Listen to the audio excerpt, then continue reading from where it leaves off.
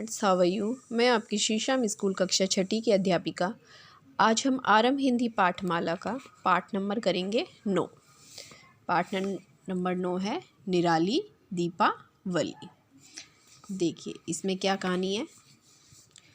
आलोक नारियल घिसती हुई चिन्नमा को देख रहा था। काम खत्म होने के बाद चिन्नम्मा हमेशा एक छोटा सा नारियल का टुकड़ा खाने को देती थी, लेकिन चीनम्मा आज रो रही थी। थोड़ी थोड़ी देर में वह अपनी पुरानी साड़ी के छोर से अपनी आंखें पोंछ लेती थी।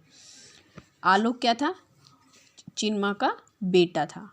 वह क्या करी थी? नारियल की चटनी पीस रही थी और बार बार रो रही थी और वो अपनी माँ को देख रहा था। तुम क्यों रो रही हो चिन्नम्मा? आलोक ने पूछा। कुछ नहीं बाबा, कुछ नहीं। नारियल की गिरी से भरी प्लेट उठाते हुए चिन्नम्मा बोली। मुझे खाने को नहीं दोगी क्या? आलोक ने चिंतित होकर पूछा। अरे हाँ, मैं भूल गई थी। थोड़ी सी गिरी उसके मुंह में डालते हुए चिन्नम्मा बोली। उसके चेहरे पर फीकी सी मुस्कान थी।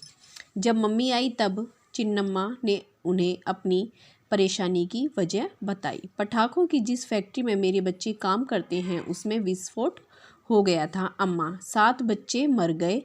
अब वह ज़ोर ज़ोर से सिसकियाँ ले रही थी। मेरा लड़का तो बचने में सफल हो गया, लेकिन मेरी छोटी बेटी, उसके क्या थे? बच्चे थे 2। वो पटाखे बनाने वाली कंपनी में काम करते थे और उसमें क्या हो गई थी? उसमें आग लग गई थी जिसमें 7 बच्चे मर गए थे और उसका बच्चा लड़का बच गया था और लड़की उसकी घायल हो गई थी उसमें। आगे की बात सुनना आलोक को मुश्किल पड़ रहा था। यह उसकी सहन शक्ति से बाहर था। आलोक कौन था? जहाँ पे वो शायद काम करती थी, उनका बेटा था। चिन्नम्मा की धीरी आवाज़ उसके कानों में पड़ती रही। वह बच तो गई, उसके हाथ बुरी तरह जल गए। जिन पटाखों को वह पैक कर रही थी वे उसके हाथों में ही फट गए। वह क्या करती थी? पटाखे पैक करने का काम करती थी। जो पटाखे वह पैक कर रही थी वही उसके हाथों में फट गए, जिससे वह घायल हो गई। राहत महसूस करते हुए आलोक ने अपने कानों से हाथ हटा लिए, जिसकी आशंका हो रही थी कि कम से कम वह तो नहीं हुआ, उसकी जान बच गई। वह चीनम्मा की लड़की को जानता था। पिछले साल वह अपनी माँ के साथ रविवार को आया करती थी। फिर चिन्नम्मा जब गर्मियों में अपने गांव गई तो अपनी लड़की को साथ नहीं लाई। आलोक को याद आ रहा था कि मम्मी ने चीनम्मा के डांटा था। यहाँ पे को आएगा, इसमें के लिखा हुआ है।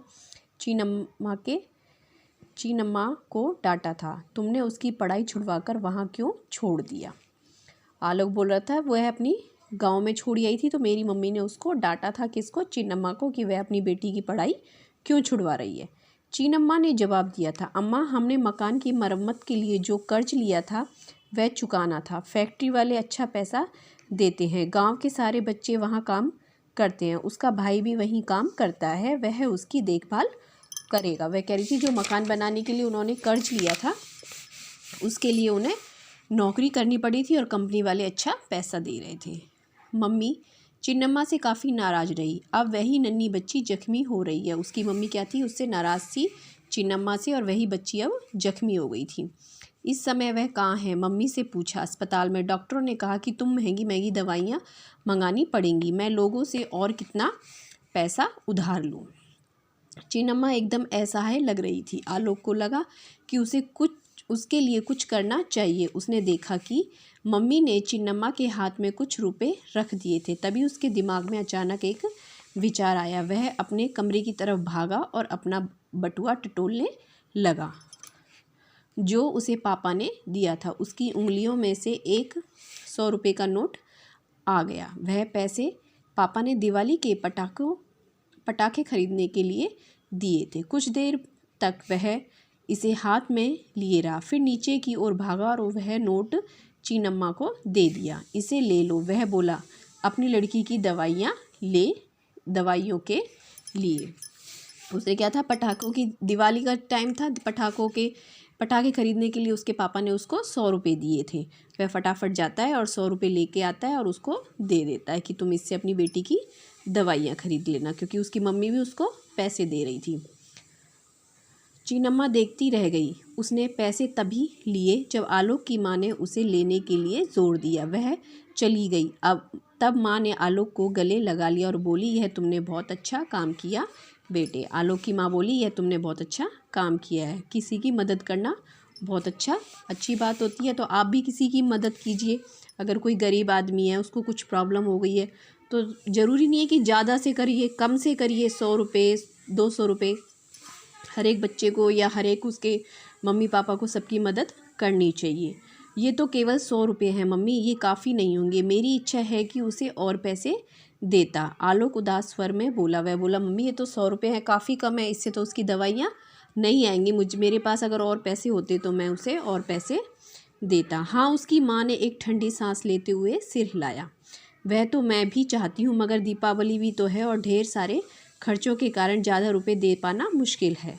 बहरहाल हम इतना कर सकते थे कि कर ही दिया। आलोक संतुष्ट नहीं था। रोती हुई चिन्नम्मा की छवि उसे परेशान किए जा रही थी। वह शाम को पार्क में सभी बच्चे चिन्नम्मा की लड़की के साथ घटी दुर्घटना की चर्चा कर रहे थे और चिन्नम्मा के लिए दुखी हो रहे थे। वे सभी उसे बहुत चाहते थे। चिन्नम्मा उनकी कॉलोनी में सालों से काम कर रही थी और अधिकतर बच्चे उसे तब से जानते थे जब उन्होंने चलना फिरना भी नहीं सीखा था। सभी की चिंता को देखते हुए अचानक आलोक को याद आया कि कुछ किया जा सकता है। चिन्नम्मा क्या थी, उनकी कॉलोनी में काम करती थी और कब से काम कर रही थी, जब वे बच्चे पैदा हुए थे, छोटे छोटे बच्चे थे। सुनो सुनो, वह बोला, जो पैसे हमारे मम्मी पापा ने हम लोगों को पटाखे खरीदने के लिए दिए हैं, अगर हम इन्हें इकट्ठा करके चिन्नम्मा को उसकी लड़की के इलाज के लिए दे दे तो कैसा रहेगा। अपने पटाखों के पैसे तो मैं पहले ही दे चुका हूँ, लेकिन उतने काफ़ी नहीं है। वे क्या प्लान बनाते हैं कि हम सारे बच्चे, जो हमारे मम्मी पापा ने हमें पटाखों के लिए पैसे दिए हैं, हम वो सारे पैसे इकट्ठे करके चिन्नम्मा को दे देते हैं। उसके विचार का खामोशी से स्वागत किया गया। तुम्हारा मतलब है पटाखे खरीदने की बजाय हम अपने पैसे उसे दे दें, दीपा ने संदेह भरे स्वर में कहा। दीपा बोली कि तुम्हारा ये मतलब है कि हम पटाखे ना खरीदें और अपने सारे पैसे उसको दे दें। बिल्कुल ठीक, आलोक बोला। पटाखों के बिना दीपावली का क्या मज़ा, दीपक ने आपत्ति की। दीपक बोलता है, उनका एक दोस्त था दीपक, उसे बोलता है कि पटाखों के बिना हम दिवाली क्या मनाएंगे। वह गरीब लड़की अस्पताल में पड़ी है, ऐसे में हम क्या मज़ा कर पाएंगे। और फिर पटाखों के अलावा दीपावली में और भी तो बहुत कुछ है, आलोक ने जवाब दिया। आलोक ने बोला कि हम दीपावली पटाखों के बगैर भी बना सकते हैं, और भी बहुत कुछ है दिवाली में। नए नए कपड़े पहनना, एक दूसरे को मिठाई खिलाना, ये भी हो सकता है। बिना पटाखों के भी दिवाली बनाई जा सकती है। तो आज हम यहीं तक इसे पढ़ेंगे। सेकंड पार्ट इसका हम कल करेंगे। आप इसकी फर्स्ट पार्ट पढ़िए और इसकी वीडियो बनाकर मेरे पास भेजिए। Okay, thank you.